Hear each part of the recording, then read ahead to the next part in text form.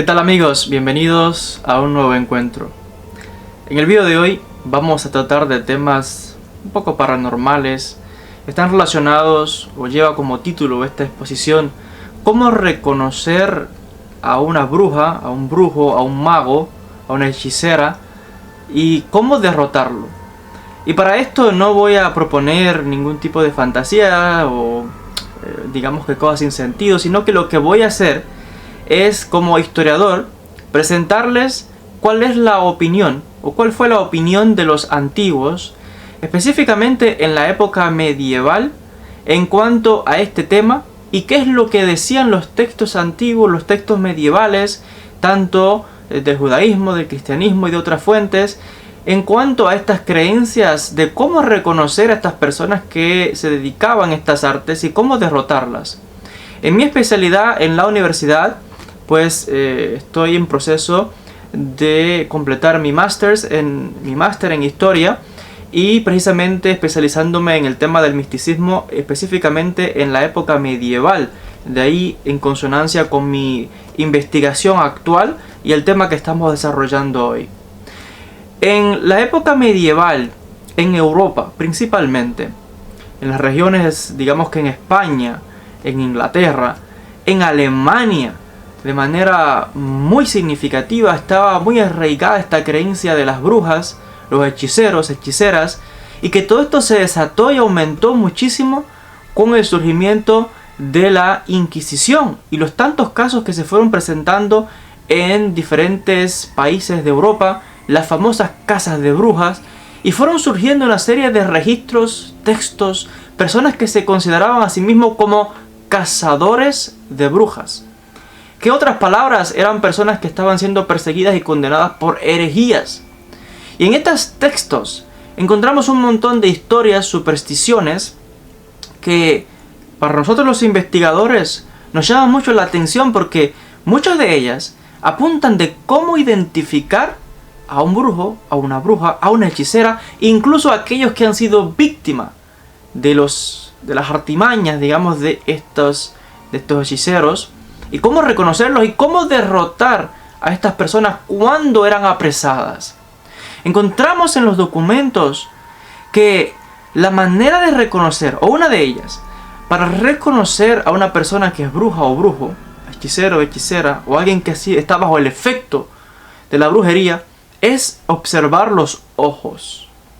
Si cuando se mira los ojos de una persona, vemos que la pupila está fija, que no se mueve a ningún lado, según estas supersticiones medievales, para muchos no son supersticiones, pero según esta opinión, en este caso es una indicación de que se trata de una persona que es practicante de la magia, que es un mago, que es un hechicero, que es una bruja. Entonces, la pupila fija, sin movimiento. A veces ven personas que se le ven los ojos como negros, como de una manera misteriosa, como si estuviesen vacíos, inmóviles. Ahí es la indicación que están diciendo estos textos medievales. Esta persona está bajo el efecto de la brujería, o es un brujo o es una bruja. Ahora, ¿cómo lidiar con estas personas para derrotarlas a la hora de perseguirlas? Lo que nos dicen las diferentes fuentes, y es muy curioso porque esto se infiltró también en las creencias judías, y es de que cuando se encuentren con estos individuos hay que tratar la manera de suspenderlos en el aire para que no toquen el suelo, porque según la opinión y las creencias medievales, si la bruja o el mago tocaban el suelo, pues esa es la fuente de su poder, pero si lo suspendías en el aire perderían su poder y tendrías la capacidad de poderles dominar. Voy a citar de un texto donde precisamente uno de estos autores medievales dice lo siguiente, que la mejor manera de lidiar con los hechiceros es suspenderlos entre el cielo y la tierra. Y citando también de uno de estos textos, se nos dice que cuando se apresase a una de estas hechiceras o estos magos, porque recordemos que ambos sexos aquí, brujas y brujos, magos y hechiceras, entonces aquí están los hombres y mujeres que eran perseguidos por estas prácticas, según lo que nos dice este documento, tendría que levantar a esa persona y colocarse como una especie de canasta, una especie de caja, mientras era cargado por aquellos que le llevaban, y que bajo ningún concepto, bajo ninguna circunstancia podían permitir que el hechicero o la bruja tocase el suelo. Porque si tocaba el suelo, dice que inmediatamente recuperaba todo su poder y podía matar a aquellos que los cargaban con una especie de rayos o con luces y parpadeos de alguna manera para liberarse, y causaba la muerte a las personas con las que estaba enfrentando. Por eso es que a los prisioneros se les llevaba, a veces vemos en las películas, cuando se pone ahí los casos de la Inquisición, se lleva a las brujas, por ejemplo, como en una carreta. No va tocando el suelo.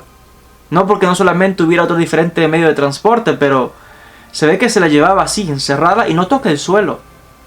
La gente no se da cuenta, pero está la creencia popular. De hecho, encontramos en las diferentes fuentes judías, cristianas e islámicas que cuidado con encontrarse con personas como estas, porque si se provocaban estaba el temor de que significaría el fin, tu fin, si te entrabas en una serie de lucha con estos seres. Entonces había que saber cómo lidiar con ellos.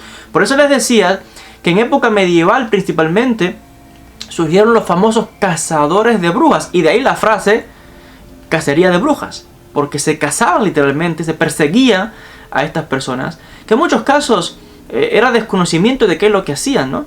Con qué tipo de arte se relacionaban, etc.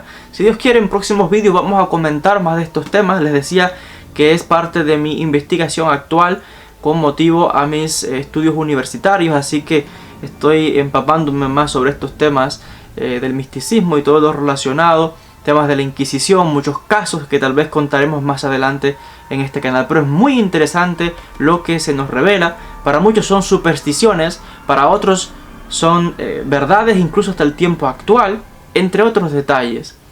Vamos a contar más en próximos vídeos. Déjenme su opinión, ¿qué opina en cuanto a este tema de estas personas que eran acusadas por estos actos? Y les decía que estas son creencias que muy abundantemente en el mundo cristiano, pero también en el mundo judío, en el mundo islámico y en otras culturas y religiones también. Les agradezco como siempre la atención, les envío mis saludos y sin más, hasta un próximo encuentro.